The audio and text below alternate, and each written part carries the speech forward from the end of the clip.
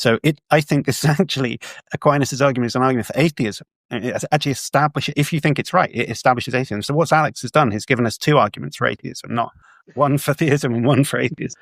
Welcome to the SciPhi Show, where we talk science and philosophy with two of my favorite atheist philosophers, Alex Malpass and Dan Linford. And today we're going to review Alex O'Connor's case for God.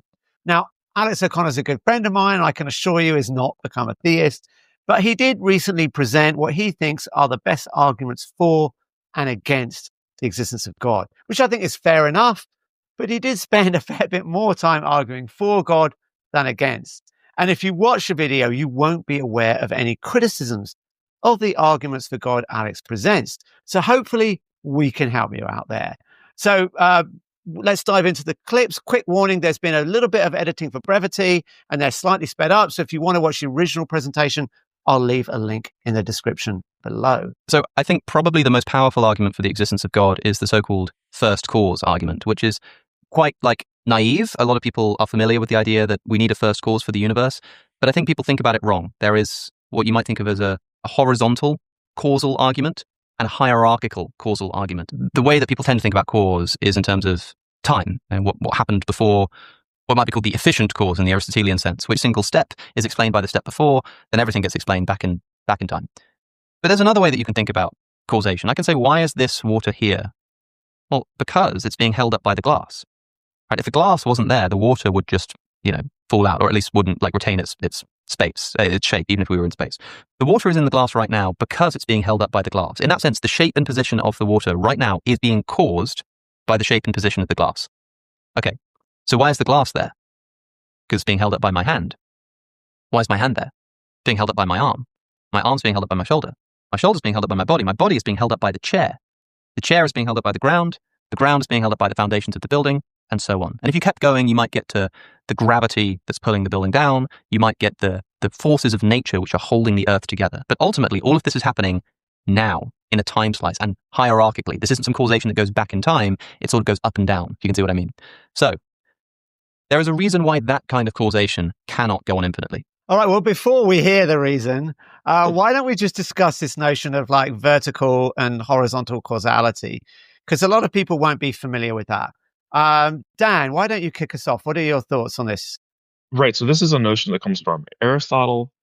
Aristotle has these two different kinds of causal theories: accidentally ordered causal theories and an essentially ordered causal theories.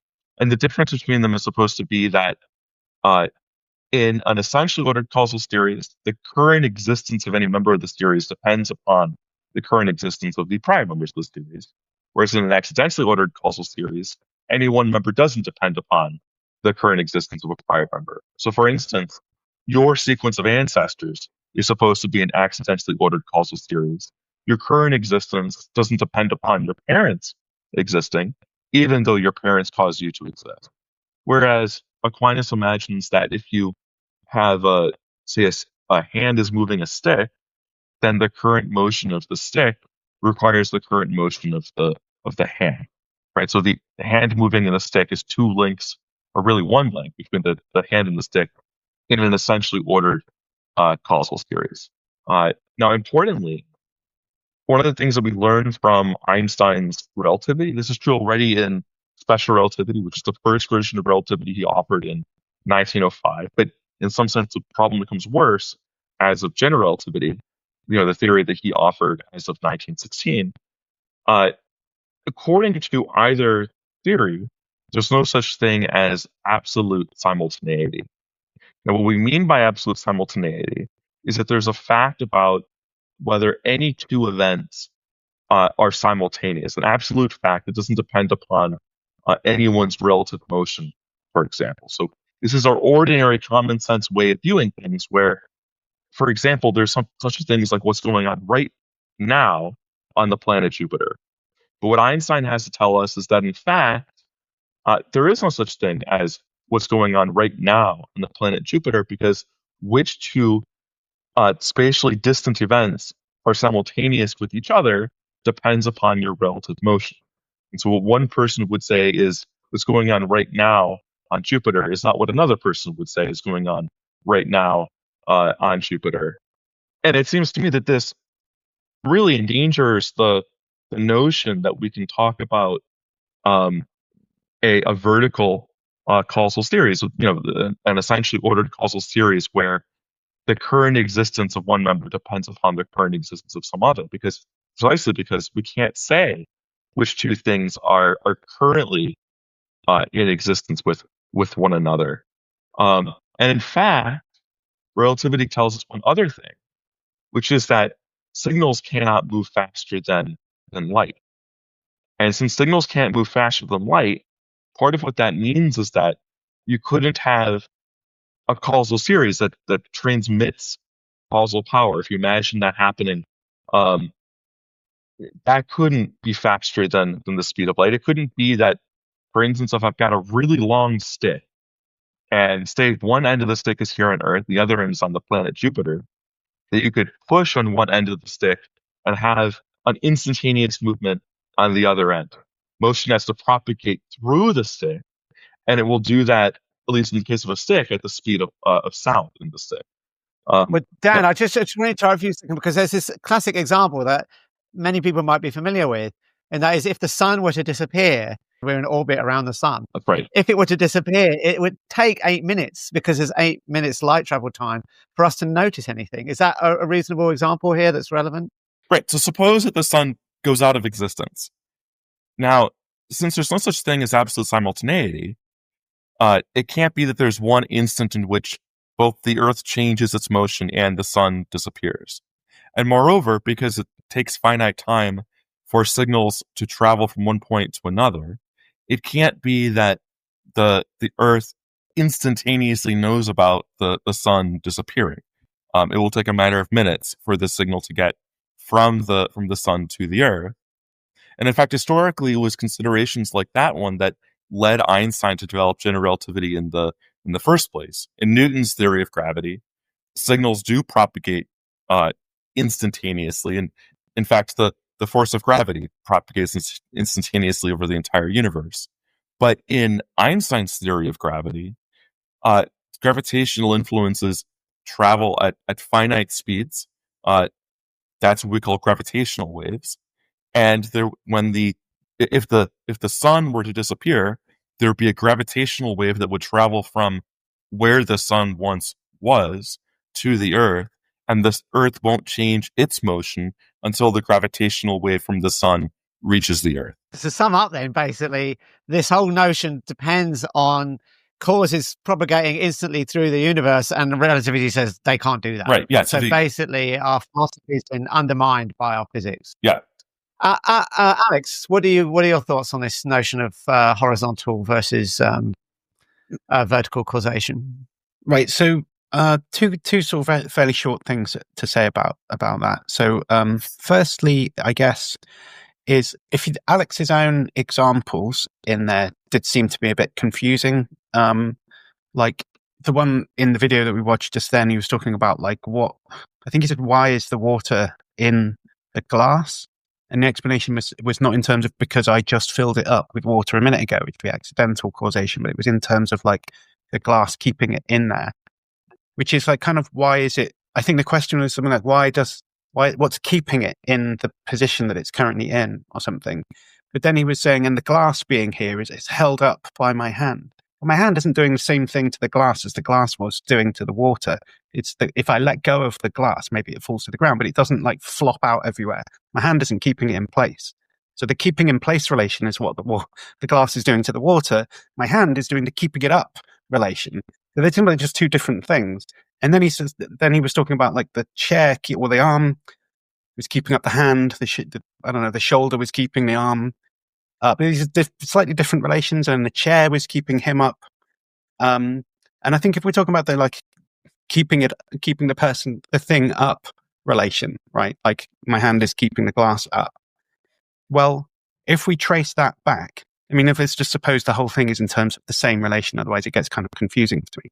But if we trace that back, it just seems like it goes as far as like the ground, right? Well, what's keeping the earth up doesn't work like that. That's not this. It doesn't yield to the same analysis, right? So it just looks like it's a per se chain that's finite. Doesn't go on forever. It doesn't terminate in an unactualized actualizer either.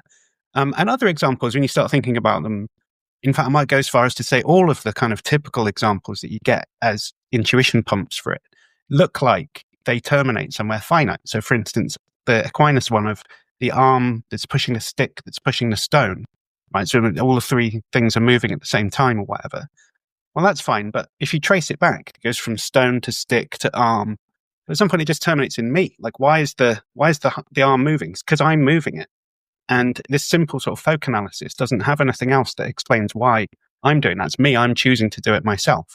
If we're not talking in terms of like physics, as Dan was just saying, it doesn't really make sense if we talk realistically in terms of physics. Even the folk notion, it just seems to admit that there's per se chains that just ground out in the world. And that seems to just be a counterexample to the thought that they have to ground out in an unactualized actualizer. Like, so there's something weird about it, because you think like the examples that he uses don't actually count as the type of things that will be used later on in the argument.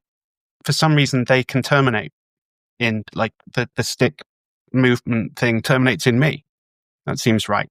But if so, then not all per se chains need to be grounded in an unactualized actualizer. So, is that actually an example of what we're talking about, or is that just an example of a nearby concept? And the concept that the philosophical argument's got in mind is actually not the same thing. It's something slightly different. In which case, what is it? So I think there's a gap between the intuitive account and then what goes on in the philosophical argument, to this point where it's not clear what's really going on in the philosophical argument at all. So that's the first thing, is the examples are not helpful. Actually, I think that's both of them. I think I rolled both of my points into one. It was his example. I suppose his example switches what the relation is, and I found that confusing. But anyway, it seemed to me it's a classic case of these per se causation chains that just naturally seem to ground out in something. So mystery goes away, and the need for the unactualized actualizer later on doesn't seem so motivated. Right. The other thing I was thinking of is you can keep asking, okay, well, what's holding the glass up? My hand. My hand's being held up by my body, and my body's being held up by the chair, and the chair's being held up by the earth. And you go, okay, well, what's holding the earth up? Well, nothing's holding the earth up. It doesn't need holding up, right? Exactly. That was posed by Anaximander, 600 BC. He said the earth can float in space. It doesn't need anything to hold it up, because there's no, he didn't say it in exactly these words, but I think if we put it in more modern terms, there are no forces pulling the earth down. So we don't need anything to explain that. It just, it's the wrong picture. Right, the right picture is to think in terms of forces. So if there's a force moving you in a certain direction, you'd need another force to counteract it. So if your hand is being pulled down to the ground and you want to lift it up, you need a force to move it in the opposite direction. But everything should be thought of in terms of forces, and not really in terms of the language that is being used here. Well, I think that's right. I think, if just to be precise, like when Alex was saying that his hand was holding the glass up, what he means is his hand was overcoming the downward gravitational effect of the surface of the mass of the earth, right? And so I guess you could keep asking questions. Well, what overcomes the chair's? How does the chair overcome the downwards pressure of the gravitational effect of the mass of the earth? Blah blah blah. But you can't ask that about the earth itself. That doesn't make any sense. It doesn't have to overcome its own gravitational, but it's not acting on itself to pull itself down. So then the per se chain just grounds out in something we don't need any further explanation. I mean, that's the example given. If you just want to talk about what's holding something up, it's in relation to overcoming the Earth's gravitational effect, and that doesn't naturally go on forever or require an unactualized actualizer. So I would just find these examples, they don't really explain the concept that's in Target later on. They give you a different concept. That's my complaint here. Dan, any last thoughts on that, or should we move on to the next clip? No, I think it's exactly right. And I think it helps to underscore the fact that what we now know about physics seems to undercut the idea that we can make a distinction between essentially ordered and accidentally ordered causal series. That distinction depends upon a now outmoded idea about the nature of time and physical interaction. And so it seems like it's one that we're not going to be able to keep alive. And one reason that these forces, they seem like they're happening simultaneously, is because the speed of light is so fast. So, we have electrostatic forces that, why don't I fall right to the center of the Earth? Well, it's because there's electric repulsion. The electrons in my feet are there repelling from the Earth, and these forces happen so fast that you can't notice them happening over time. They look like they're Right. happening right now, but they are not. It's Yeah, just they're- wrong. They aren't. I mean, in particular, in the case of the water in the glass, there's an accidentally ordered causal series in which influence goes from the glass to the water in the glass, and that's a series that takes place over time and not all at one time. So, right. So that's exactly it. That's precisely the issue. Right. All right. Let's go on to the next clip. There is a reason why that kind of causation cannot go on infinitely. In each stage of this causal chain, the causal actor doesn't have any causal power, except insofar as it borrows it from something more fundamental. Imagine a series of dominoes knocking each other over. This is causation in time. Domino 1 is knocked over by domino minus 1, and domino minus 1 is knocked over by domino minus 2. Right? It's the kind of causation where you don't require the first causes, the earlier causes, to remain in existence in order for the causal chain to continue. My shoulder causes the position of my arm. Then if my shoulder disappears, my arm no longer has the power to hold up my hand. The shoulder needs to stay there, causing the arm in order for the arm to cause the hand. So all of that causation happens all at once, right? Which means that there is no intrinsic causal power. My father has his own causal power to bring about me, but my arm only borrows it from my shoulder. It doesn't have it on its own. But my shoulder only borrows it from my body, and my body only borrows it from the chair. Without the chair, none of this would have any causal power. My hand would not be able to be here. And without the floor, none of that would be able to do anything. So there's no causal power at all in this chair, except insofar as it borrows it right now in this instant from the ground below it. So if this just goes back infinitely, well, this borrows from this, and this borrows from this, and this borrows, and that goes back on literally infinitely, then there is no causal power at all. You might say, well, maybe the fundamental cause there then is something like the law of gravity. Fine, but you might want to ask sort of what's holding the law of gravity in place? What's making sure that it won't stop working tomorrow? Alex, any thoughts on why the law of gravity won't stop working tomorrow? Well, no, not on that question exactly, but on this causal, on the infinity stuff, whether there could be a regress or whatever. He makes the classic move here, which is which everybody you find makes at some point, and there's a sort of fallacy involved. So he was talking about the causal power not being intrinsic to each item, but it's borrowing it from the previous one. And by previous, I mean, we're obviously talking vertically rather than horizontally, but like, the downwards item or whatever projects its power forwards.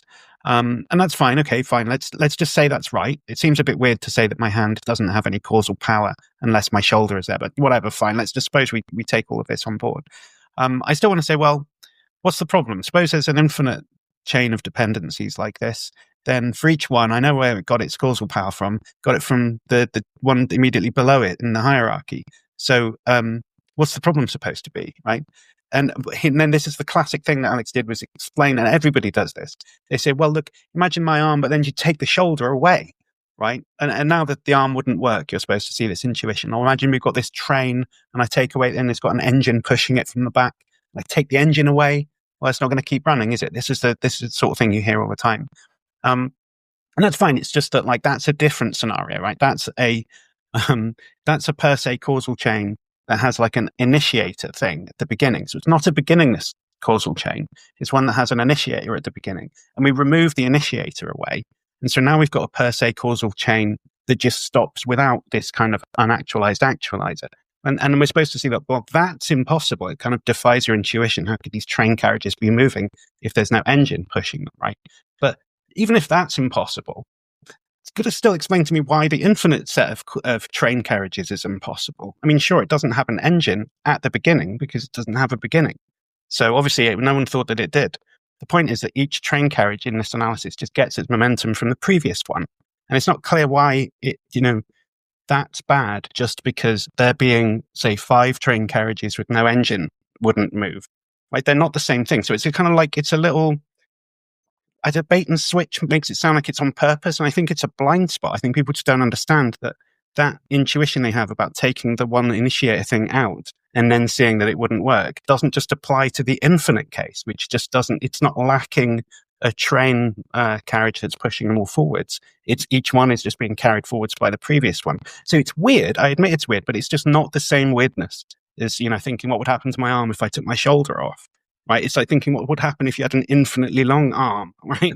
That's the actual thing you've got to be explaining what's weird about, right? So I just think he's talking about the wrong thing, but it's familiar territory. Everybody makes this mistake, it seems to me. So Yeah, I just wanted to get that I point say out. it's unintuitive, but like, why on earth would you have reliable intuitions about the infinite? Unless you studied the infinite, in which case maybe you will. But for the average Joe public, I don't see why any of these pictures should seem intuitive. Dan, what are your thoughts? Part of what's going on here is a kind of old-fashioned metaphysics about causal powers and so on, a kind of metaphysics that many philosophers today would want to reject. And one view that I'm particularly attracted to, in which causal powers might not make sense, is this neo-Russellian view that I've brought up in the past, where the causal asymmetry, the asymmetry of causal influence, right? The fact that causes are related to effects in a way that effects are not related to causes, is supposed to have an underlying physical explanation of some sort. And it looks like if that's the kind of view that someone has, then while laws are going to play an important role in explaining causation, on the one hand, it's not going to be true that laws themselves can be causes, and on the other hand, it may not make sense anymore to talk about like causal powers, for example. So one thing to note here is that the argument is committed to a kind of controversial metaphysics that many philosophers might find dubious, and that insofar as it invokes a kind of metaphysics that there's at least some uncertainty about, that means that there's some uncertainty about one or more of the premises in the argument. And if the only reason to believe a conclusion is is one particular argument for that conclusion, then the conclusion is not going to be any more probable than the least probable premise. So when you say neo-Russellian, Dan, I mean, there's a school attributed to Russell called eliminativism that says we should just eliminate causality from our description because at a fundamental level, we just have differential equations and causality is not there. Now, some people might say, no, causality is there, it's emergent. And of course, Russell's view, you're saying, is we're really saying we should eliminate causality, right? So Russell's own view was that we should eliminate causation. That's right. Now, it's a little bit strange because in some later writings, for example, it's unclear that he really sticks to that kind of position. And in any case, for various reasons, philosophers now have come to reject, at least most philosophers that endorse something like Russell's view, have come to reject the limitivist position and now endorsed either a perspectival position, that is to say that on the perspectival position, it's that causation is a kind of relationship that our own minds project onto the world, or they take up a reductive position in which there's supposed to be some underlying physical explanation for causation, but causation is a real feature of mind-independent reality. It's just not a fundamental feature of mind-independent reality. Now, but it's worth pointing out too that this is only one position that would have a problem with powers. People who are not attracted to the neo-Russellian position, they might be attracted to other views about causation. So, they could take up like a counterfactual account of causation, like David Lewis did. In that case, they would have a different reason for rejecting this talk about powers and so on. Like you pick up a metaphysics textbook, flip to the chapters on causation, you'll see a whole bunch of different views, and you'll notice that some of those views invoke powers and some of them do not. And so the only really salient point for today is just that there are these multiple different views about causation, and only some of them are committed to there being causal powers. And the one last thing I want to just talk about before we move on to the next clip is this notion of, okay, we attribute it maybe to the laws of physics, and of course there's different views on the laws, right? Some people take a Humean view, laws are just descriptions. Some people take a non-Humean view, no, they're more than descriptions. Tim Maudlin is like, no, they have real sort of ontological status. So then Alex goes, okay, so what's holding the laws up? And I'm like, why do you think something needs to hold the laws up? What's back? what's pushing them in the opposite direction? Like when we talked about, okay, we now think of things in terms of forces. I need something to explain how it is I can raise my hand up or how I can have a microphone holding above me, because we know there's a force pushing it down, right? But what force is pushing the laws of physics away? I don't see that we need anything to suggest. Yeah.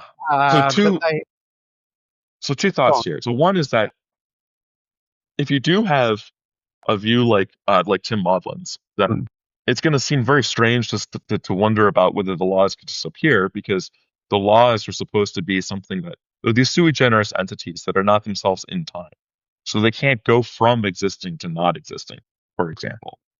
Now, I think there's a related question that someone could ask that might make more sense.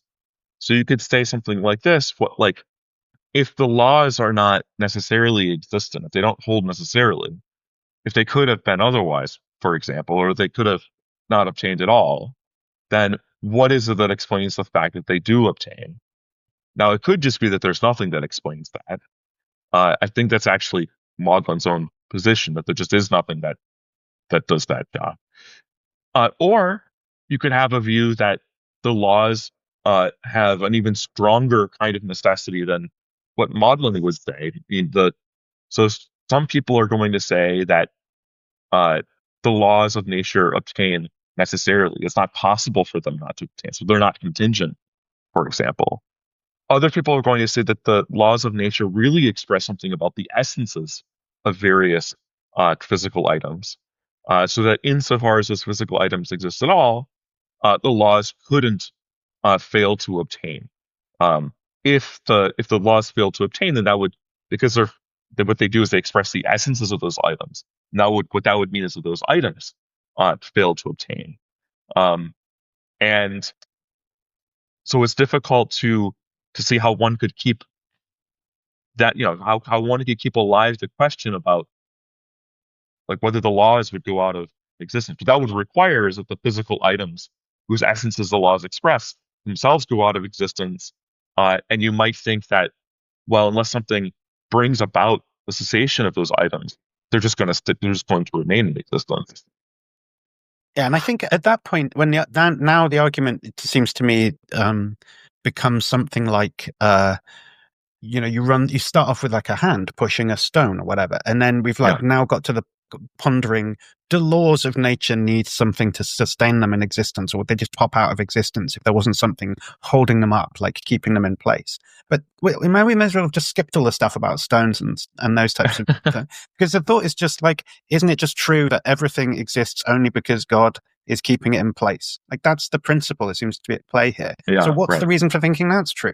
It's not anything to do with stones and causal chains. It's completely independent. So it's only now we've got appealing to this big, seemingly like hugely speculative principle that unless God was keeping everything in place, it would just sort of poof out of existence. And like, I don't know why we should think that's true, but it's certainly nothing to do with the nature of per se causal chains, right? That's just like we've been driven away from the thing we were talking about in the first place to just a completely obscure principle, and nothing that we've said so like up till this, nothing Alex was talking about gives you any reason to think one way or the other about this weird principle about whether everything would poof out of existence if God wasn't holding it up. So yeah, it's a different argument now. Yeah, I mean, would the laws of logic disappear? Right, exactly. There's nothing holding them up. I just don't see it. So this kind of causal argument is discussed by Thomas Aquinas in his Summa Theologica. He gives 5 famous ways of sort of showing the existence of God to be true. And the first 3 are kinds of causal arguments. You have to then do more to get the attributes of God. You have to do more to show that this thing is not material, that this thing is certainly more to show that it's like good or loving or anything like that. But so Aquinas has an argument from change. For something to change means that something which is potential becomes actual. Potential can only be actualized by something which is already actual. Potential can't be actualized by potential. Like if the coffee cools down because it's in the fridge, potential coldness of the coffee can't be brought into existence by the potential coldness of the fridge. The fridge has to be actually cold. Any instance of change where something potential becomes actual, there has to have been something actual to actualize it. But there will have had to have been something to actualize that thing, and to actualize that thing, and to actualize that thing.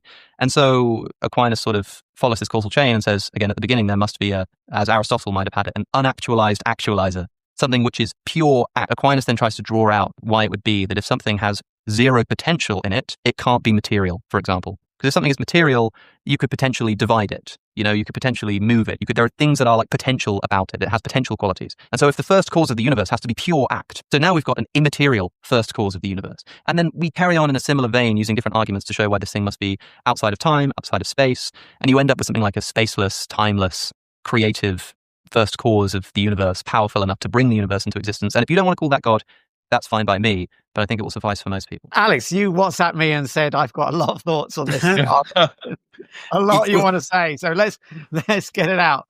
Okay, we'll start with one of them is close to my heart because it's the topic of a paper that me and Joe Schmidt wrote a few years ago. So it's pertinent here because it's about this idea of what possible worlds are like if you take this Aristotelian idea that potential things are caused by actual things, right? Which is exactly the principle Alex was explaining there. It's kind of change principle. But what that means is that whenever a potential, so whenever anything changes, it's doing that because something actual made it the case. And so possibilities are also traceable back to actual things at some point, right? Like, why is this coin landing, this coin landed heads, but it could have landed tails, right? And those two possibilities come out of the same point, which is prior to that, this one very coin is about to be flipped and so has the potential for both of those to be realized, right? So the natural way to sort of model this in possible worlds theory would be that each possible world overlaps with the actual world at some point, or at least every pair of possible worlds overlap with each other at some point, right? So it's like a branching tree of possibilities where it sort of bifurcates towards the future, and it's like a trunk as you look backwards down into the past. So that's the model that you have to use for this Aristotelian account of change with actuals and potentials. But then when you do that, it follows from that modeling that you can't have any branches that don't overlap with the actual world at some point. Such a possible world is not possible in this sense, in the kind of metaphysical sense. Maybe you can imagine it, but it's not really possible because it's not grounded by anything that's actual. You see, so why that's relevant here is that if we suppose, for hypothesis' sake, that there's an infinite chain of dependencies that goes down, like an infinite per se causal chain. The complaint was supposed to be that, because each bit borrows its causal power from the previous bit, that there's no accounting for where this causal power comes from in the first place. And obviously, you can't put it quite like that because it'd be question begging. What's the first place the cause comes in? Because the hypothesis is supposed to be that it's infinite, of course. But someone might come along and say, well, how come it's this dependency that's getting passed along, like this set of train carriages, right? How come it's not a different one, a set of wagons or something, or cars or something instead, right? So the thing is, I'm explaining each one in terms of the previous one, and people who get frustrated with that will say, well, how come they're not all different, right? It could be a completely separate causal chain, infinite causal chain, different to this infinite causal chain that we're imagining. But the point is that on this branching view, that's to suppose that there's a possible world which doesn't overlap with the actual world because it's different all the way down. And that's exactly the thing that you can't have on this Aristotelian approach, right? So it's just to say that if you're an Aristotelian about it, you have to accept this kind of structural, almost geometrical consequence of the view. And it just means that you can't, grumble that it could all be different and I'm not allowed, and we can't account for that. That's the thing you can't say. So it sort of takes away yet another reason to find the infinite regress problematic. It just seems to me it's there's less and less. There's no good. This argument doesn't have a good explanation of what's wrong with the infinite regress, basically. And yeah, I wanted to bring that one in. But let me kick it over to Dan, and I'll come back with another one after that. Okay, Dan.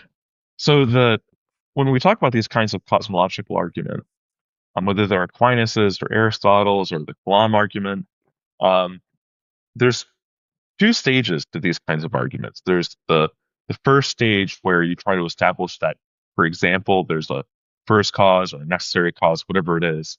And then there's the second stage where you try to establish that entity that you established whose existence you established in the first case has various properties or attributes that God is supposed to have.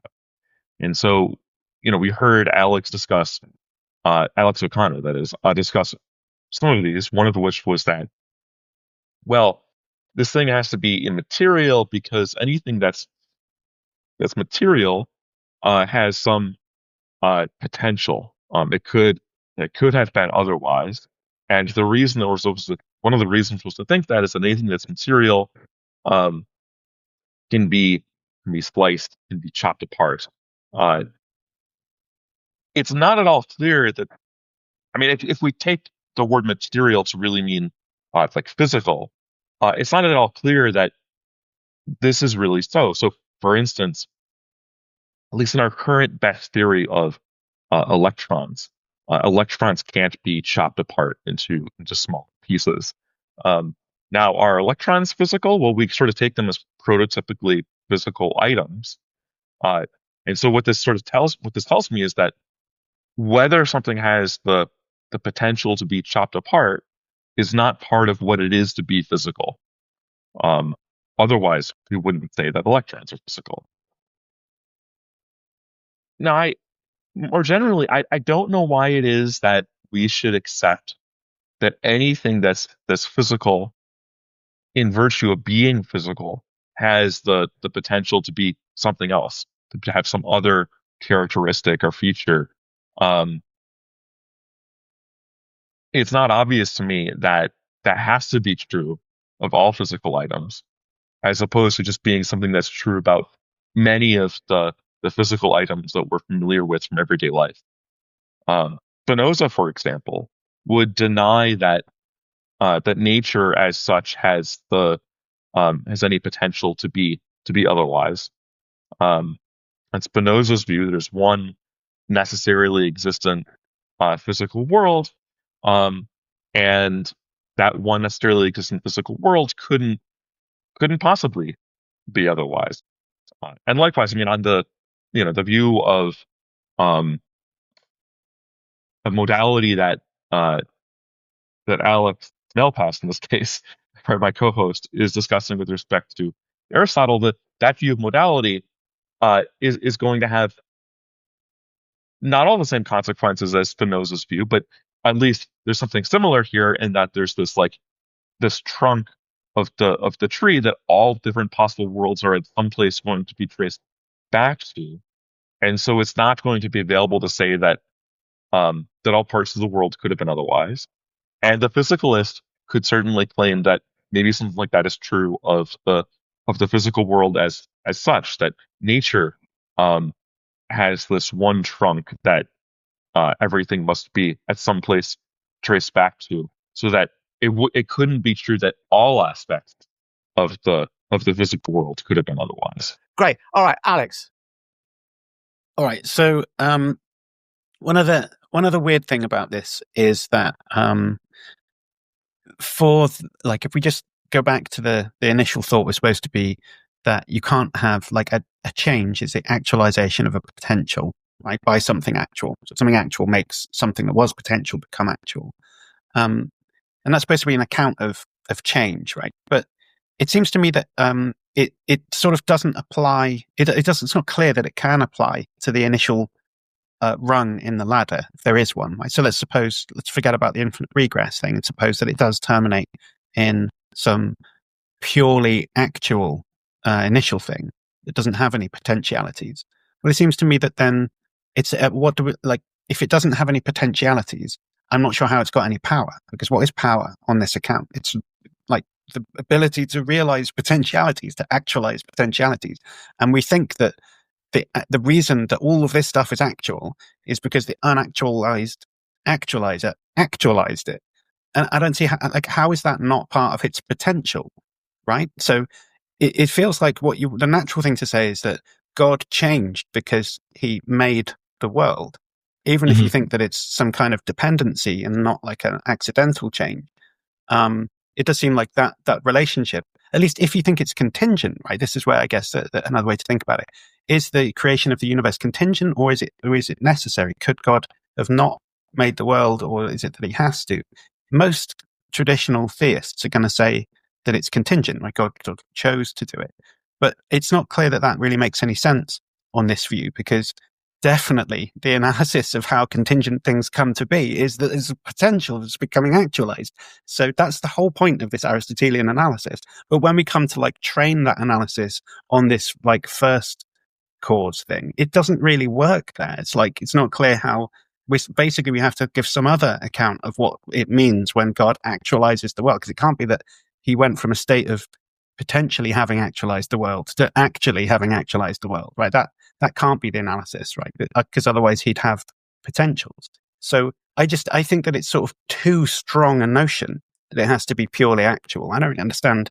It sort of sounds nice in the shower before you make the argument, but then it doesn't really work so well when you're actually giving it seems to me. So in their view, the reason why God has to be timeless is because God can't change from one state to another. So God can't change from a state of having the potential to create the universe to a state where God has created the universe. But actually, I think we can kind of combine together some things we've already said. Here's two possibilities. One possibility is that God is in time.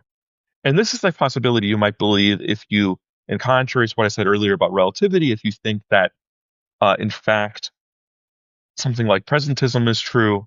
So there really is a passage of time. There's a distinguished present moment. There's absolute simultaneity over the entire universe.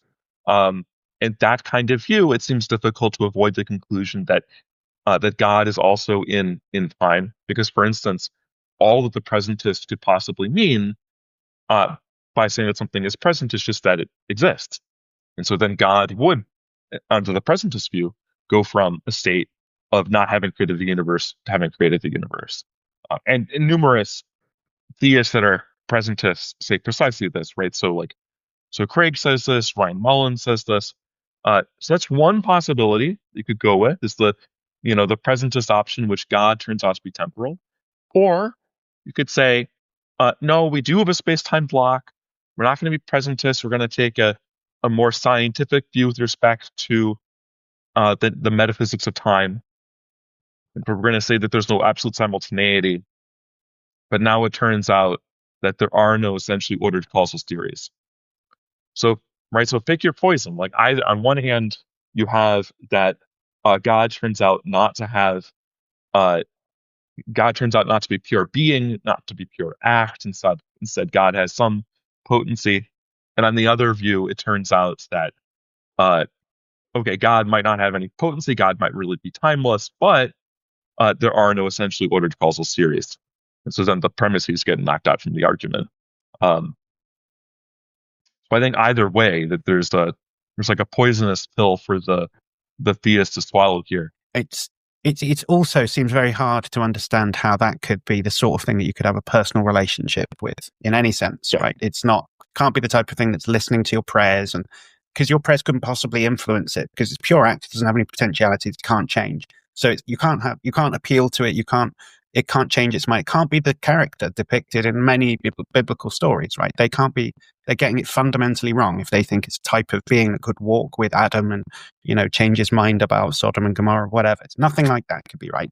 It can't be that he chose to send his son because blah, blah, blah, and now there's a redemption and he thinks differently about blah, blah. None of that is right. It's just a completely abstract, impersonal thing that can't, and you can't have a relationship with it any more than you can have a relationship with a rock, right? That's what it looks like. But also, it can't have any feelings towards you, right? It can't really have any feelings about anything because desire, what is a desire, right? It's that you want something to be the case. That's basically the most fundamental thing I can think of, what it means to have a desire, right? And then so your desire can be satisfied or unsatisfied, whether you have the thing or you don't.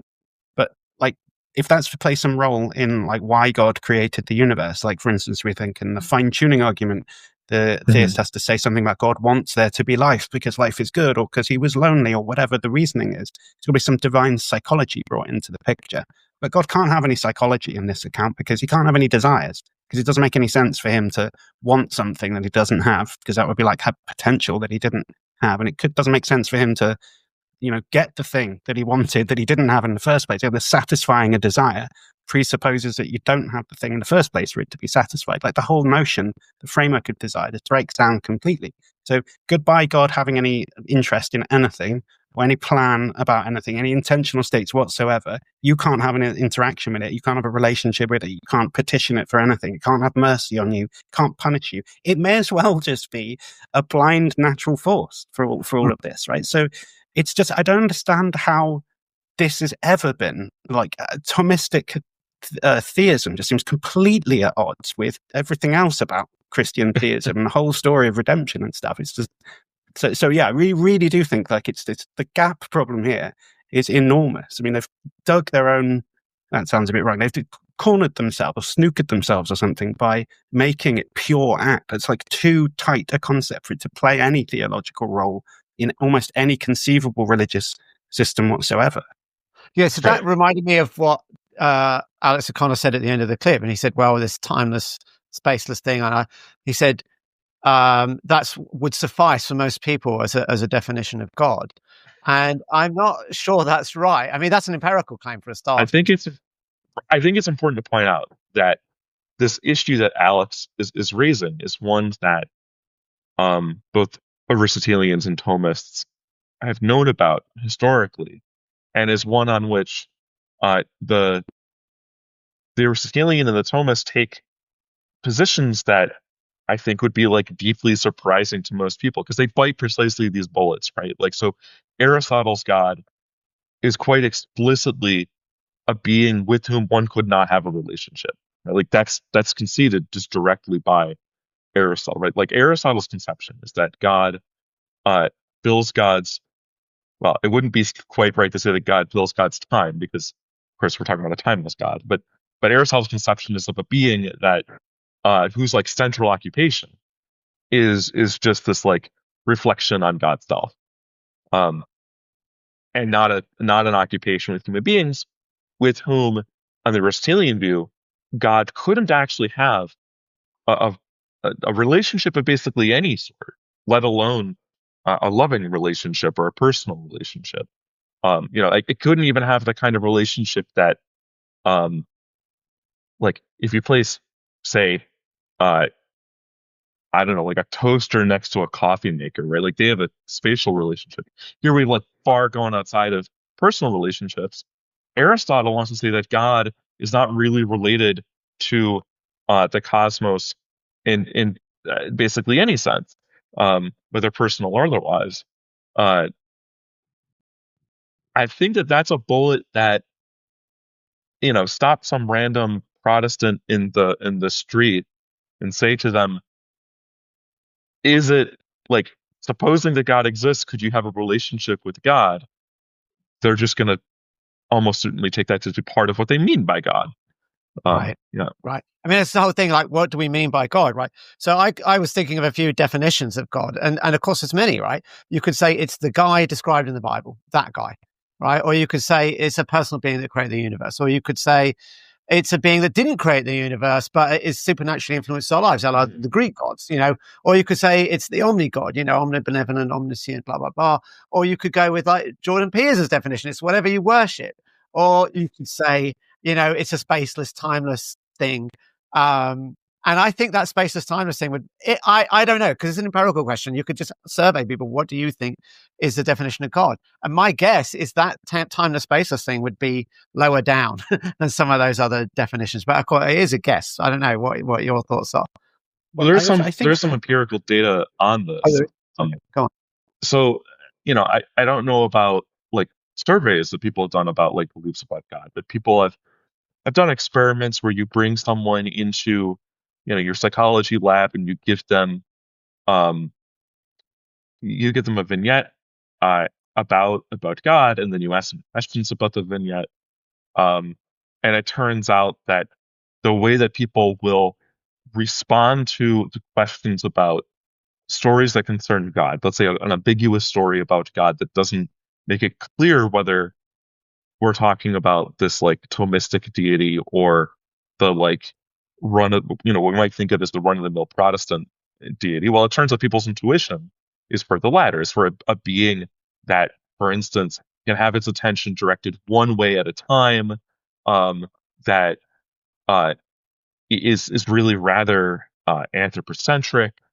If people want to read some of the like cognitive science literature on this question, they can find there's a paper that I co-authored years ago on what I called the problem of idolatry.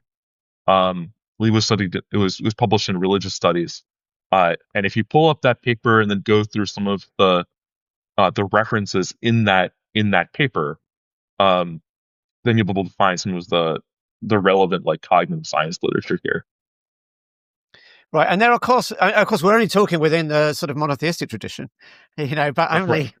not Yeah, the whole this- planet is monotheist, right? So, Yeah. like, even within the monotheistic tradition, I mean, there are like Mormons believe that God is within space and time. There's, I think also the earliest forms of Judaism, I think, were saying that God had a physical body, had a physical being, and actually more modern forms of Judaism. There's this school called Reconstructionism. And there's, the guy who founded it, Mordecai Kaplan, he said, God is a power within the cosmos. So Right. Francisca Strevikopoulou has this book on the history of the idea that God has a body. I think that the case made in that book is rather convincing. And it's precisely this point that you're raising, that the earliest conception of an Abrahamic deity was precisely one that, that has a body that exists in space and time. If that might be another way of getting at the same sort of idea that like the conception of a deity that most people find sort of most intuitively appealing is one that where God, is the old guy on a cloud with a long beard and so on. Really, that's the sometimes the illusion.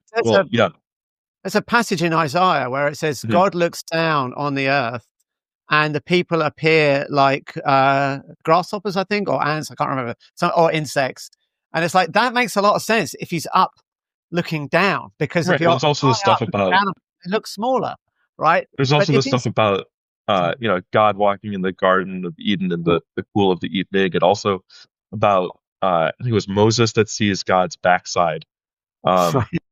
And it's theologians will sometimes sort of dismissively say, "Oh, atheists imagined that God is an old man on a cloud." Well, I think that on the one hand, it's important to realize that that's not the only conception of God people have had. I think we're acknowledging that. Then on the other hand, if you ask, like, what is the conception of God that's easiest for people to grasp, is most readily grasped, and that sort of appears early on in the history, it is this like more theologically naive conception. I don't. Can I just say one? Oh, go on. I was going to say, don't open theists think God is within time as well? Yes, right. So there is this Protestant tradition of thinking of God as rather more like a person. Open theists think that the God is in time, and not only in time, but that there's no fixed facts about the future. The future is open, what they're called open theists. Process theists thought something similar. I mean, they have a more involved theology than just that claim, but that's part of their view. And of course, there's people who claim not to be open theists or process theists, but also think that God is in time. So people like William Lane Craig and Ryan Mullins and Richard Swinburne. So this is actually a fairly popular view among present day analytic theologians and Christian philosophers. Alex. All right, so I'm going to say these 2 points whilst I can still remember them. Right, the first is like so there's this thought that Dan was articulating then that like maybe the criticism, atheist complaints about like, oh, God having a physical body or something, and what we were saying, of course, is that this unactualized actualizer couldn't be like these types of traditional conceptions of God. Like they're different to each other. Fine, right? But two things. Firstly, sometimes you hear things like where people will say, well, now we've established that there's a first cause to the universe. Now I'll proceed to tell you why he loves you and sent his son to die for you and blah, blah, blah. But that's not gonna work here, because you've made the first cause so impersonal that you can't like use that as a building block for your cumulative case that ends up with like evangelicalism or whatever. It's never going to get there. There's a gulf, there's a vacuum between step one and the rest of it. Like you can't have any of that stuff because God can't have any desires or intentional states whatsoever. It's just a blind, like impersonal thing, right? So you can't build that into theism whatsoever. And so just on the point of like, well, is this just a superficial critique in these atheists who don't understand the deep way that Jordan Peterson understands religion, or whoever you like, right? Pick your own favorite theologian that's obscure and sounds deep. Fine. I do understand that like it's not just a criticism of God having a body, but like it seems to me it's completely crucial to any story of really any religion, because I mean, if it doesn't involve some kind of narrative about death and salvation, or like the meaning of life, like why are we here, what's going on, something like that, like this impersonal thing in principle can't give you any explanation for that. Like it can't be that what the meaning of life is. It can't have any explanation like that. It's just an unactualized actualizer that's completely simple and is pure act, right? It doesn't give you a clue about what the goal of everything is, even if there is one, right?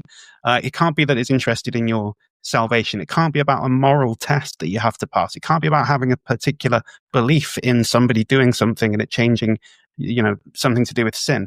All of that's off the table. It's not a superficial critique where it's just about we have this sky daddy, naive sort of Richard Dawkins view of what God is like.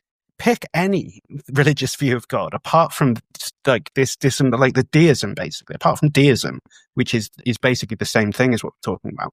It just rules out all of these. So it's like if this Aristotelian, and it's sort of funny that Alex was giving best argument for God is this Aristotelian first mover thing, but then the best argument against God is the problem of evil. Because I mean, if you've got this Aristotelian notion of God, it's so impersonal that there isn't really a problem of evil anymore because it doesn't give you any expectations. It's the same as naturalism.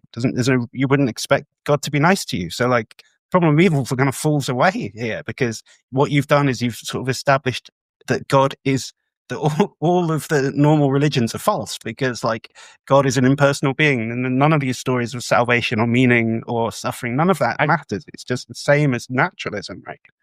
I think it might be a little bit too strong. So you wouldn't have a being with whom you could have a loving relationship. And so for that reason, a particular kind of problem of evil falls away. But if you think that this is a perfectly good abstract, I don't think it could be. whatever. How could it be good? What does that even mean? Because it can't have any desires. It can't want the good. So what does it mean to say that it's good? I think there's a question about whether something that's perfectly good needs to have a desire for the good. Wouldn't that be what it means to be good? Like, if you are good, this what it means to be a good person. What does it mean? Well, that's what it means to be a good person, is to have a desire for the good, for example. But here the question is like, what does it mean for something to be good that's not a person? And we can throw out a couple of examples that from the history of philosophy. So first of all, Plato thought that the form of the good was itself good, even though he didn't take the form of the good to be a person. Moreover, we can think about how in the standard problem of evil, we distinguish between moral evils and natural evils. A natural evil is something that doesn't, for example, have a desire for evil. Nonetheless, we recognize some sense in which, for example, a hurricane can be bad, even though a hurricane is impersonal.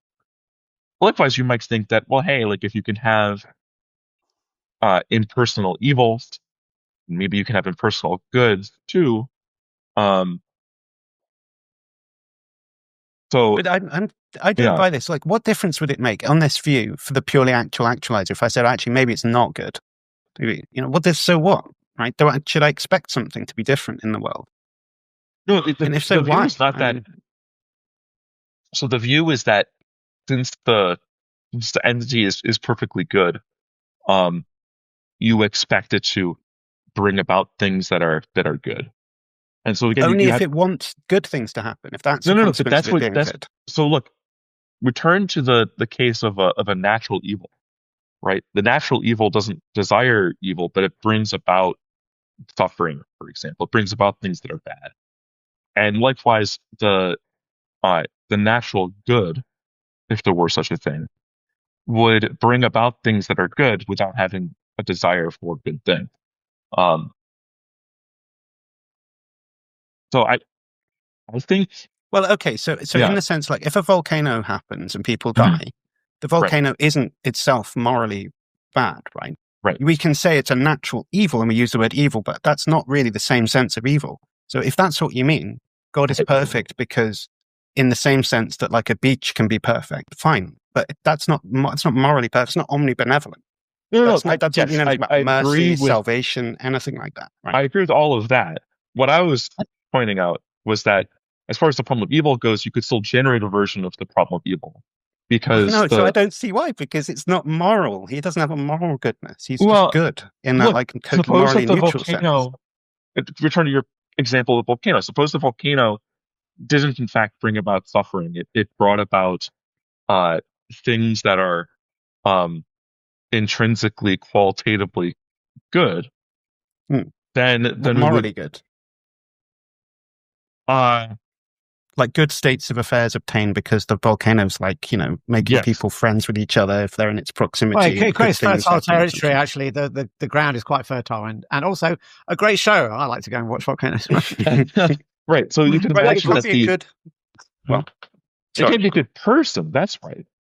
But the question is whether you could generate a version of the problem of evil, and to get that running, you could just point out that this this impersonal entity doesn't just bring about good states of affairs, it also brings about bad states of affairs.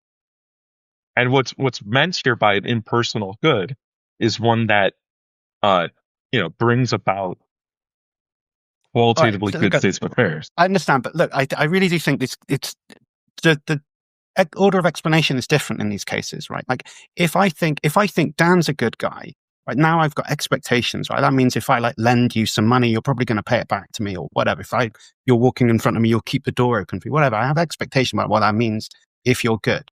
If I say, if we're both looking at a hillside over there and we go, well, if it's just a hillside, it's good. If it's a volcano, then it's bad, right? Now, I'm not generating, I don't have any expectations. I don't know which one it is. It's only until it starts doing something that I say, oh, it's exploding. Therefore, it's a volcano. But the volcano, it being the volcano isn't the thing that's predicting. It's not like driving my expectations. I'm just labeling that because it's exploding. Right? It's not the same. Like if in the problem of evil, the posit of God being good is supposed to generate your expectation that there shouldn't be things like volcano, or there shouldn't be things like pointless sufferings or whatever. It has to generate some expectation. And that's driven off the fact that you think if God was good, he wouldn't want that to happen.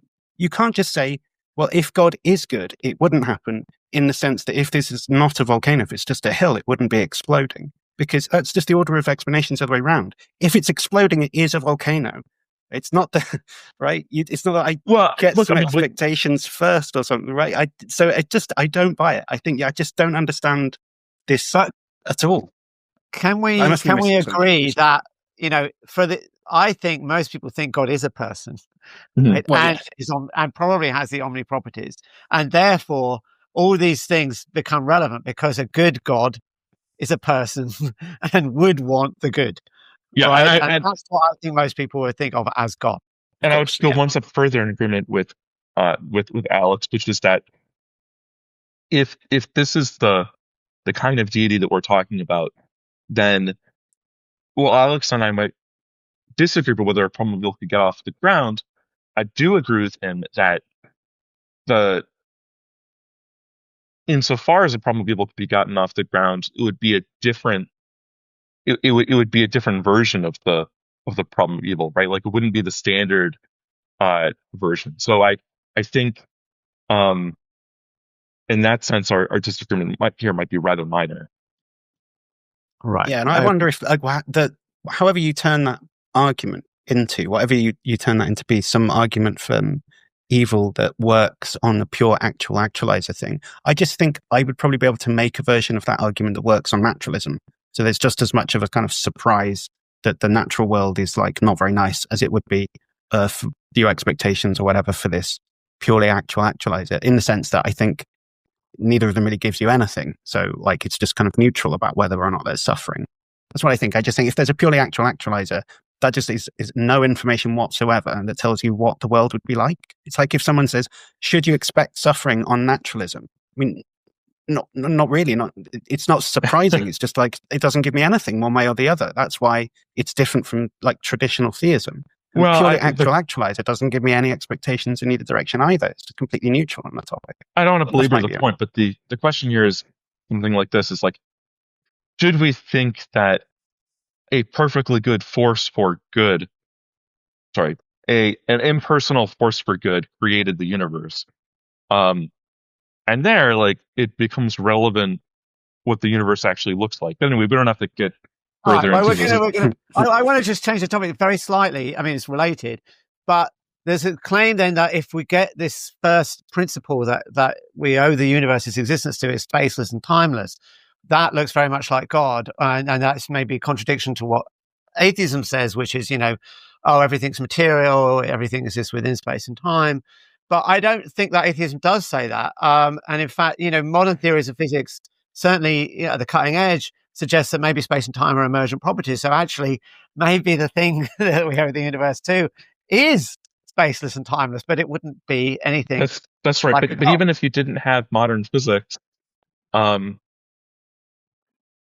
I think that modern physics may help bolster this point in some sense, because it provides us examples that we can flesh in the view with. But actually, the view was entirely available even before modern physics, that you could have something other than a divine person that lies behind the universe, and then it's still a version of atheism. And we can point to historical examples, like there's a kind of atheistic interpretation of Plotinus, for example, or you can point to a figure like John McTaggart, who believed that even though he thought that the concept of God involved a contradiction, so God couldn't exist, he nonetheless thought that instead of material reality being what things really are, instead there's a timeless, faceless, causeless community of spirits united in love. Entirely different from a materialistic point of view, and yet still an atheistic point of view. Right. Yeah. Okay. So just last bit on this. I think that even if you, the way I'm talking now, it seems like what you should say is that this actualizer argument is actually an argument for atheism, because if it's true, then there's there's no personal being at the base of reality, and that's the central claim, as far as I can tell, for theism. And this establishes that the base level of reality is impersonal, and therefore isn't interested in you, doesn't have any desires, etc., etc. And that's not theism. That's basically atheism. An atheist could just think nature has a fundamental level. Like, why not? So I think this is actually, Aquinas' argument is an argument for atheism. And it actually establishes, if you think it's right, it establishes atheism. So what Alex has done, he's given us two arguments for atheism, not one for theism and one for atheism. Look on, Alex. I knew he could do it. I think that there are very good arguments to believe that there is some kind of foundational principle of the universe, some necessarily existing being, some first cause. But I think that the Judeo-Christian tradition is an imperfect approximation of who that being is. I think it probably gets a lot right and is a sort of compilation of human theological wisdom over the past few thousand years, but it will get a lot wrong as well. I think that if you have just personally apprehended a truth about the universe, you are just convicted that there's some kind of foundational cause. I don't really know much more than that, and I don't want to subscribe to a particular tradition. I say more power to you. I think you're on the right track. In the same way that if somebody is sort of a dogmatic atheist of the new atheist variety, I have a lot of fun posing religious arguments to them and saying like that there might actually be more plausibility to these arguments than you would know from reading the God Delusion.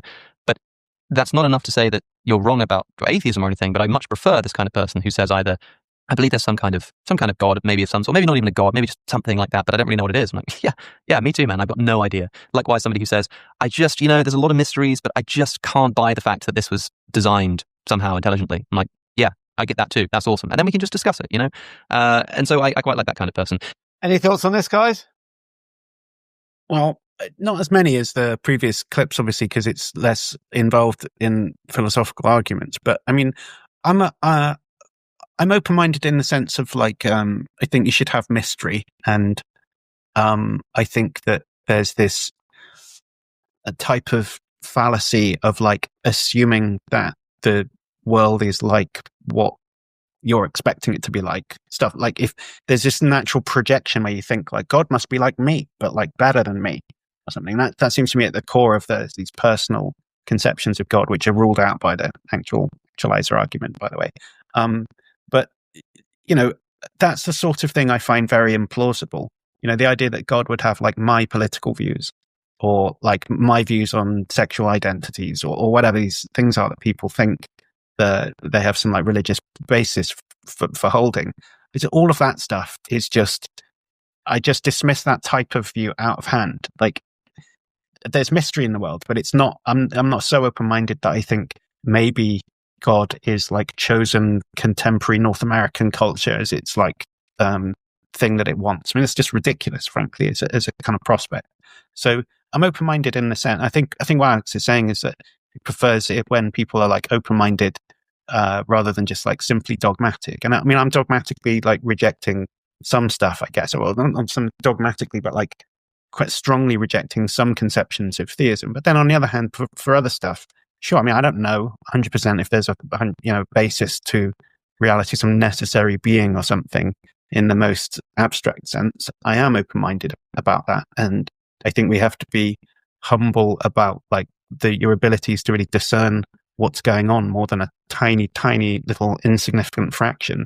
Right, the big context that everything sits within is a complete mystery. I mean, you know, you can talk about space-time physics and multiverses and stuff, but there's always this question of like, what is, like, why is any of this like here? What's going on kind of thing? Maybe it's like not a well-formed question or something, but like that, you know, you have to linger in mystery. You don't have all of the answers. And I kind of like, you know, fine, that's cool. I also agree with that stuff. It kind of annoyed me that he was saying, well, you could buy this stuff about the first cause and then look at Christianity and say, well, they got some stuff right and some stuff wrong, because like the Christian stories is completely incompatible with that. I don't see how it's reconcilable at all. It's just like none of the stuff about Jesus or whatever makes any sense if you think about this unactualized actualizer. So I'm not sure he's really grappling, at least in the same way that it seems to me, grappling with that contrast, the conflict between those two ideas. It's not supportive of Christianity.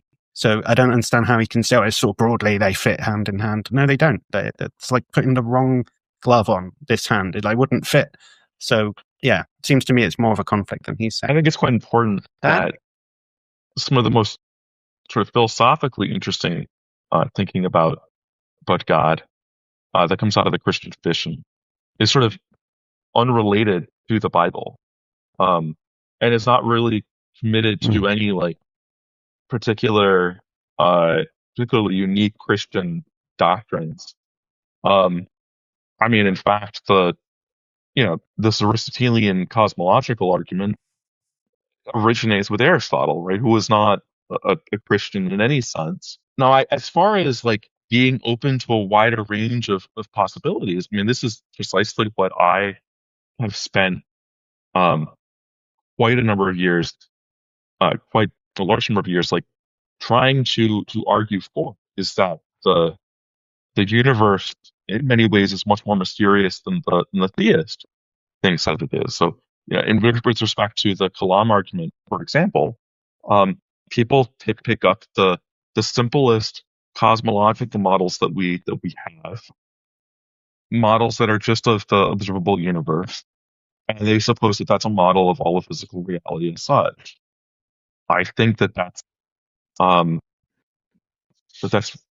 really a narrow-minded perspective, and that physical reality we should understand to be much larger than any of our current scientific conceptions. And that's just physical reality. I mean, it's perfectly possible that there are many things outside of physical reality, whether they are supernatural entities like the theist would like, or if they are, say, numbers or set or laws or whatever. And I think, we also need to be aware that we're very likely just at the very outset of investigation into art. intolerant. Our genus, not just our species, but our genus, has been on Earth for only 2 million years. And so if you say, what will if our civilization doesn't collapse and we keep investigating the world, what will investigation look like 2 million years from now? I don't think we even have any clear conception of what that would be, because the only things we have to compare it to is how things are now compared to where investigation was maybe a couple thousand years ago. We have no idea what scientific or philosophical or theological investigation looks like when carried out over millions of years. And of course, like everyone's individual perspective is so much smaller than that. It gets to 70 years or so. You're not going to understand anything. Like, even if it's just game over, like, you're not going to know what's going on. That should be the starting point, is you couldn't possibly know. So, like, you can try and figure out a couple of things, but it's kind of annoying pretense that you see sometimes with atheists, sometimes with Christians, where they think that they're like gathering up truths and finding things, proving them with modus tollens arguments sometimes, and things like this, where they're like grasping the truth and much more securely than it seems like is realistic, and it's just kind of like egotistical pretense or something that they to performing some like ritual that makes them feel. Isaac Newton has this wonderful passage where he says that he feels like he has only been a child collecting pebbles on a beach when there's a whole ocean before him. And I think that's precisely the right kind of attitude that we should have. We should have enough humility to think that probably when we talk about fundamental metaphysical reality, whatever that might be, it vastly outstrips anything that has been uncovered in previous human thought. That's right. And that's why it sounds so crazy to think like, oh, the fundamental mystery, if we peeled all the onions, we had millions of years of like rational reflection and scientific, there were billions of years, maybe even more than that. That at the center, after all of that, you'd find out that there was a God who hates gay people and like Donald Trump or something. Like, that's fucking insane. It's so ridiculously self-serving to think that would be possible, right? The thing that would really surprise me is, as you say, we peel back the onion, we find the deepest level of reality, and it is the thing that people thought of thousands and thousands of years ago before they had all this knowledge. It really, I think that would be... or like, just think about it like this. You peel back all of the layers of the onion and what you find is something that's just like me, right? That's because that's the idea. It's like a mind that has beliefs and makes decisions or whatever. Like, how egocentric is that? Like, also closed-minded and not thinking that like maybe you're not on the right track, but like the most basic thing, you're like, you could use your imagination to come up with anything, and you can't get past just projecting your own ego onto the nature of the universe, right? Like, you can put it like that. You can see this kind of like completely speculative, right? Nobody can really prove this stuff. It's out of the reach. It's not really empirical in any way, but like this idea that there are these subconscious or like certain psychosocial forces that like partly at least explanatory with respect to these types of attitudes that people have. But yeah, I think it's fruitful to think about it in terms of like egotistical kind of self-centered projections. Definitely. Yeah. One minor point just peeved me a little. I mean, I do appreciate Alex's open-mindedness. And I think that's really commendable. Alex O'Connor's not you. Has got no. Really dogmatic. No, I appreciate that. But then he sort of criticised the atheist who's only read Dawkins. And that's fair, because I think Dawkins is not great in the God delusion. But you can make exactly the same criticism for, theists who have only read like Lee Strobel or, Josh McDowell. I think Josh McDowell's on his website, they claim it's sold 30 million copies, which would be way more than the God delusion. So I think if we're going to keep things balanced, as I know Alex likes to do, we might put the same criticism that way as well. All right, if we've got time, well, let's just go to this last clip about deism and let's see how we get on. There are also the so-called deists, who typically are described as people who believe that God kind of set the universe in motion and then went away. So does not involve himself. I mean, he could have died, he could have gone to sleep and sort of set it all off, and that explains how it got going, but it's not there anymore. I don't think that makes much sense. I think that this is a product of mechanistic thinking that comes about with the sort of scientific revolution, where we think of everything as sort of like a bit of a machine where you twist it up and let it go. But the argument that I just ran through, the reason I like it so much is because I think it gets rid of this idea of deism. You can't have a God who sets it all in motion and then goes to sleep. He can't knock over the first domino and then go away and the dominoes keep on falling over and he's long dead. Because he's not just knocked over a domino and then gone away. He's holding up the microphone above my head right now in this instant. And if he were to disappear, the whole thing would just collapse. I think that there's a more powerful argument for that kind of God. Not to say personal, not to say that he cares about human beings, right? Like, because again, you can distinguish between those things. There's like, people say, well, I believe that there's a God, but he has no interest in human affairs. That's fair enough. But someone who says, well, I believe in a God, but he's just like not around anymore, like at all. I think that might be true. There might be no God. But if you think there's a good argument for God's existence, I think the best versions of arguments for God's existence require that he does stick around. And so I think you either kind of have to say there's no God at all, or there's a God who's still here right now holding it all in place as we speak. I don't think this God at the beginning, but not anymore, makes much sense to me. So one of the things that I think is quite important here is that that the history here is not really accurate, right? So people often, like, they paraphrase deism as the view that God created the universe and then left the scene, which is what Alex's imaginative deist says. That's not what deists during the Enlightenment actually thought. During that period, there were two different ways that people thought that you could have, well, really three different ways people thought you could have access to knowledge about the divine. One of them was through the Bible. The other two have to do with what was called natural theology. Natural theology, you could divide it between purely rational or armchair arguments for God's existence, and then, on the other hand, arguments that appeal to observations about nature. What the deists thought historically was that we don't have revelation from God, or any particularly good reason to think that we have revelation from God. And so instead, the reasons that we have for thinking that God exists are natural theological reasons. And most of them thought that, like, the kinds of reasons that worth appealing to are observations about nature.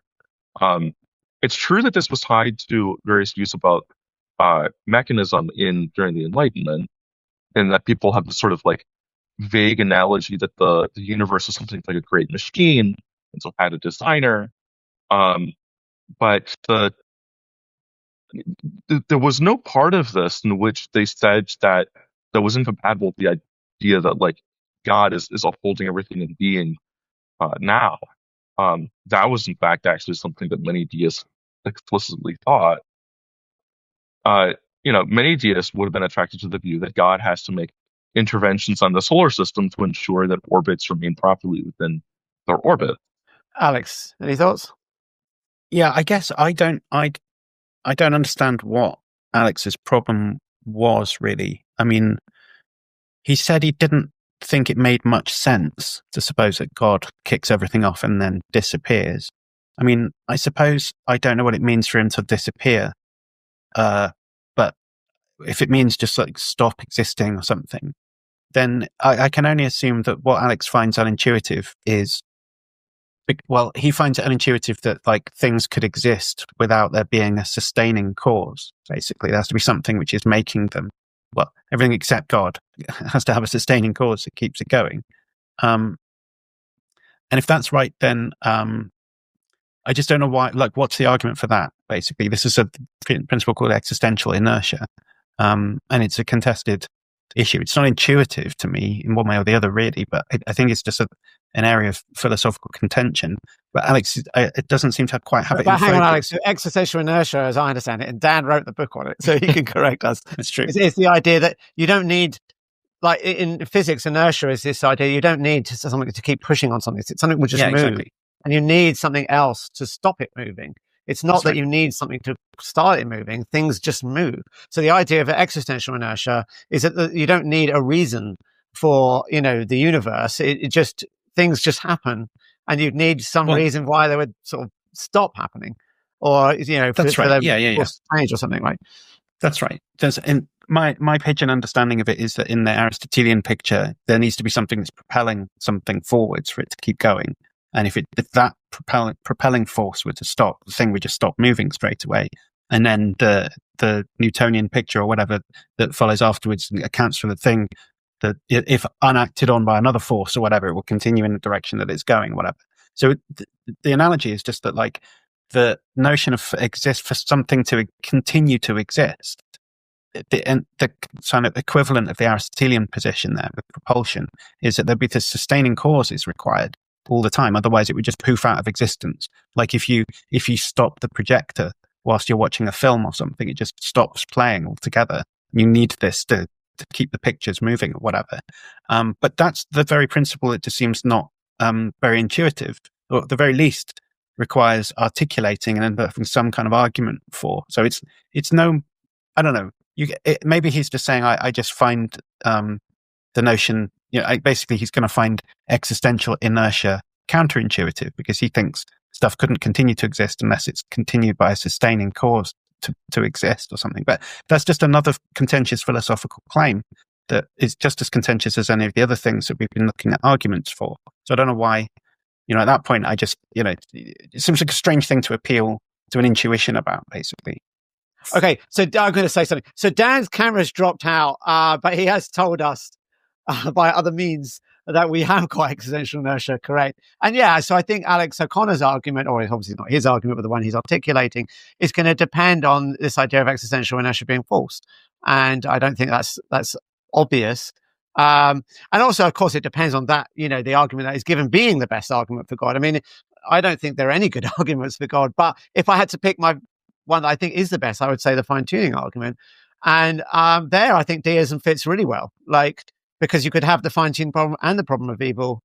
You've got a creative designer, fine, maybe the designer cannot intervene in the universe afterwards. In fact, there are pictures in physics where, the idea is maybe you could actually make a universe in a lab. And in those frameworks, the creator could not communicate or intervene or in any way be connected to the universe that they created. So I think actually, if I was to have some conception of God, that looks like a more attractive one to me.